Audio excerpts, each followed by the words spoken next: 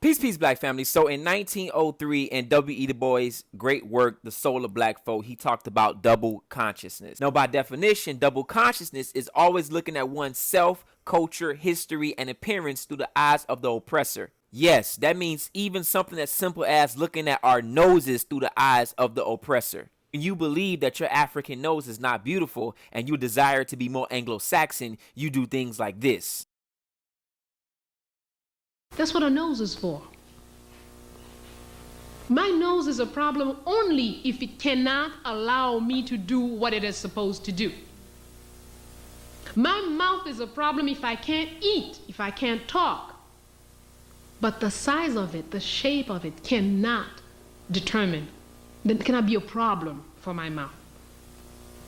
And the emphasis on the double means that you can love being black, but also hate attributes of being black. This hatred for African noses goes way back to Kemet. Somehow, throughout history, we've kept this double consciousness and self-hatred towards our nose and African features. Like, I'm not even joking. There's tutorials on YouTube on how to shape your baby nose to look more Anglo.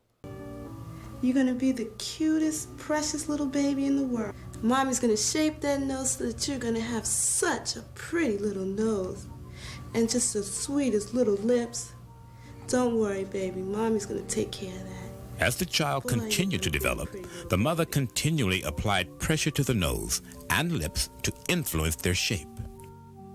Black people were taught to hate ourselves. That's right. Even to this day, many of my people suffer from self-hatred. Teach Muhammad. And you will see us trying to change our skin color. Teach Muhammad. When I was born in the 50s, in Jamaica, they would take, like my nose, the mothers would sometimes take the nose and try to squash it. That's right.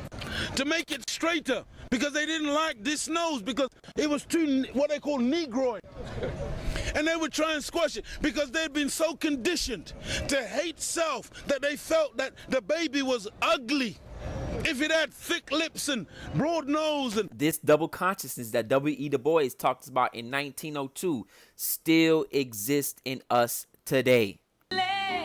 John and Sissy had understood that to be successful in America as an African American, to be successful in the larger culture, you've got to learn the ways of the culture, speak the language of the culture, wear the clothing of the culture. You have to have double consciousness. And that can cause you to wonder, who is the real me? Look how Hebrew Israelites try to describe Africans on the continent versus those black people who live in the Western Hemisphere. Do you not see the double consciousness and the self-hatred in that? How they try to make it seem like Israelites or Africans in the Western Hemisphere look more different than continental Africans. And we all know continental Africans all don't look like this. Because of that double consciousness and that self-hatred, this is the picture they try to paint.